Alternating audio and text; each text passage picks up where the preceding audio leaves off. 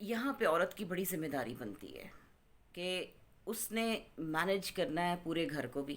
اب یہ تو میل کی پرابلم میں نے آپ کو بتائی, سولوشن کی طرف ابھی بعد میں آتا ہے. اب فیمیل کی پرابلم کی طرف آتی ہوں. فیمیل جو ہے, خاتون, ماسیوں کی چھٹیاں ہو گئی ہیں, ملازم گھر کی چھٹی کر گئے, خاوند ہر وقت گھر میں رہتے ہیں, اور تھوڑی تھوڑی دیر کے بعد وہ ڈیمانڈ, یہ بنا دو, وہ بنا دو, چاہ تو بنا دے بھائی, کی حال ہے ہمیں, یہ بنا دو, وہ بنا دو.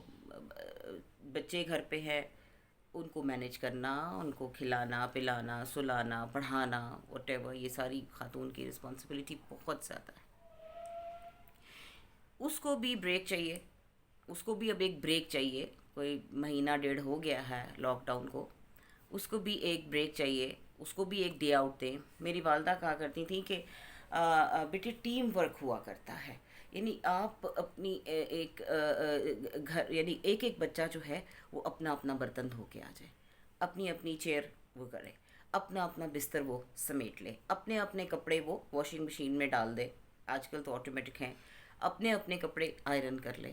ٹھیک ہے, یہ بہت زیادہ ہیلپ فل ہو جائے گا ٹیم ورک جب آپ کریں گے. میں دیکھ رہی ہوں میل جو ہیں بڑا اچھا کچن میں بھی جاتے ہیں, سارا کچھ ہے. اچھا, میل کی جو انگزائٹی ہے, اس کی پریشانی بہت بڑی ہے. پلیز اس چیز کو انڈرسٹینڈ کریں, اور بجائے گھر کی پراپر بجٹنگ کریں. اب ایکسٹرا خرچے اس کو منیمائز کرنا شروع کریں. خواتین گھر کی بجٹنگ میل نہیں بنا سکتا, عورت نہیں بنانی ہوتی ہے. دیکھیے, مرد کما کے لاتا ہے, لیکن اس کا بستر عورت بناتی ہے. مرد کما کے لاتا ہے, اس کا کھانا عورت بناتی ہے, اور پھر اس کو اگلے دن کے لیے تیار کرتی ہے کام کرنے کے لیے. تو بینگ اے وومن, بہت اب اپنے ٹیلنٹس کو دکھائیں کہ آپ شارٹ بجٹنگ کے اندر کیسے کھانا بنا سکتی ہیں, آپ گھر کی چیزوں سے کیسے چیزیں بنا سکتی ہیں.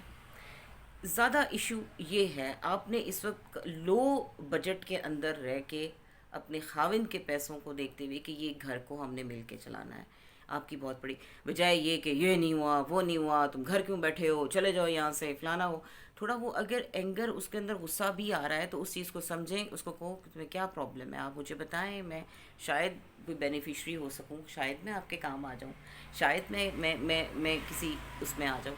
اسی طرح خاوند ریسیپروکرلی ہمدرد کے طور پہ, وہ قرآن کہتا ہے نا, الرجال قوامون علی النساء, کہ مرد عورتوں پر قوام ہیں. قوام کا اکثر جو ترجمہ کیا جاتا ہے وہ حاکم, نگبان, نگران, ایکچولی یہ ہے.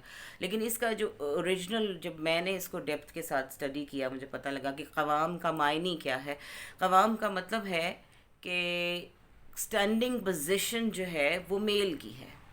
کسی بھی چیز کا ڈسیژن ہے, کوئی پرابلم آ گئی ہے, کوئی کچھ بھی ہے, تو اسٹینڈنگ پوزیشن جو ہے وہ میل کی ہے.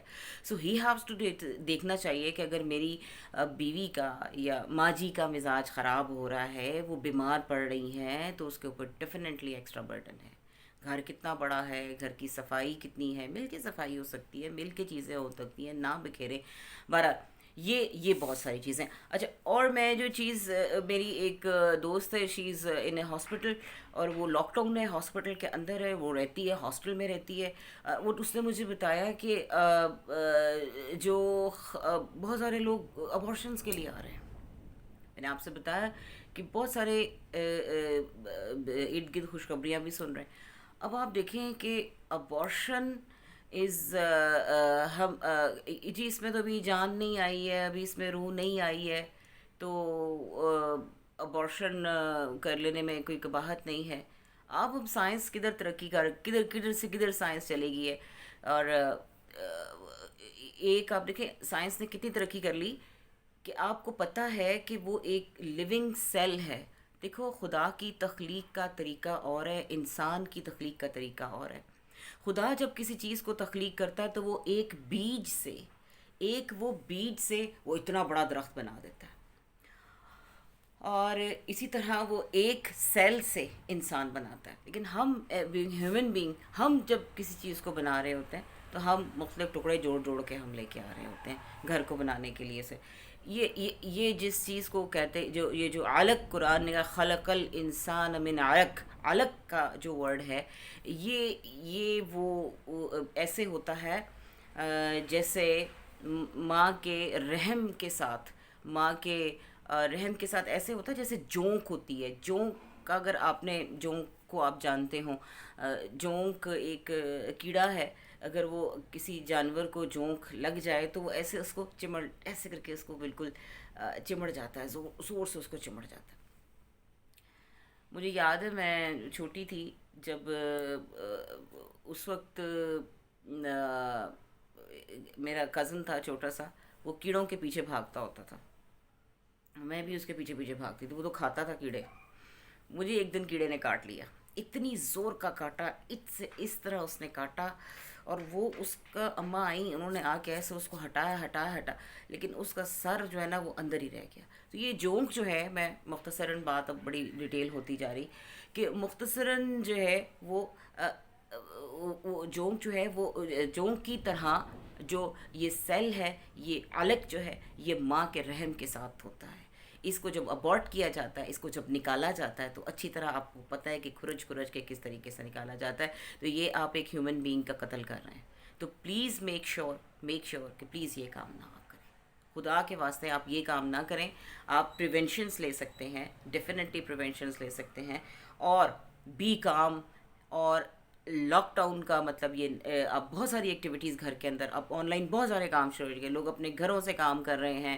اب جیسے میں نے ویڈیو بنائی, بنا دیں آپ بھی ویڈیو بنا دیں, آپ بنا دیں. ابھی بہت سارے بچوں کے آن لائن ایجوکیشن جو ہے وہ سٹارٹ ہو گئی ہے.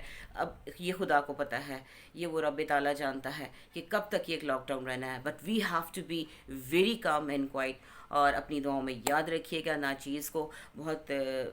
ابھی میں نیکسٹ ویڈیو میں ان شاء اللہ تعالیٰ آپ سے بچوں کی اسکولنگ کے بارے میں بات کروں گی, اور میں عقلی اور نقلی دلیلوں کے حوالے سے بھی بہت ساری آپ سے باتیں شیئر کرتی رہوں گی. اپنی دعاؤں میں یاد رکھیے گا. السلام علیکم ورحمۃ اللہ وبرکاتہ.